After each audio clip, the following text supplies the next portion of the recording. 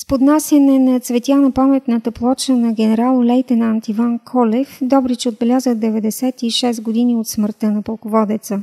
За жалост, днес само 5 души почетоха генерал-лейтенант Иван Колев. Трудно върви събирането на средства за изграждане на паметника, каза кмета на Добрич Детелина Николова. А тази земя е свободна благодарение на неговите действия, казват от Сдружението за изграждане на паметника. Те призовават арендаторите, ползватели на тази земя, да се включат в дарителската кампания. Ако върнем лентата малко назад, всички ще си спомним, че на това последно общо събрание взе участие и академик Георги Марков, който призова арендаторите на Златна Добруджа да се включат в дарителската кампания с оглед набиране на средства за отливане на цялостното тяло на паметника. Той дори апелира към хората, които днес ползват тази земя, да чуят повика на цялото сдружение за това, че тя е свята, че тя е земя, която ражда много плодове с труда на хората, но тя е свободна да се използва за това именно заради победната, бих казала така, революционна дейност, атаката, която конницата на генерал Колев е осъществила в военните действия с оглед тази земя да бъде наистина свободна и да носи тези приходи и тези възможности на хората, които живеят и я ползват.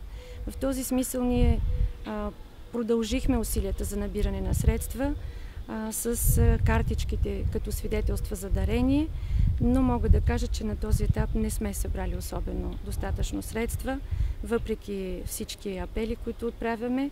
Т.е. калъпите на паметника са отляти, а ако те продължат да стоят така, биха променили съответни размери или биха донесли други проблеми на истинските радетели на това паметника в вида, в който вече беше изработен като макет, да бъде реалност.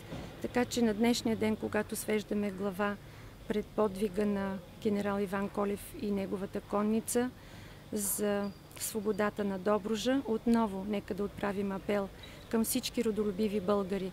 2016 година не е толкова близко, никак не е далече, но това, което до сега направихме, следва да поеме своя път за реалното изпълнение на паметника и в много по-ранни месеци ние да осъществим реализацията му, защото действително всичко това би донесло повече и по-трудни действия по отношение на пълното отливане на тялото на паметника. Тоест да не оставим калъпите да са някъде по складовете и да ни донесат още необходимости от финансови ресурси.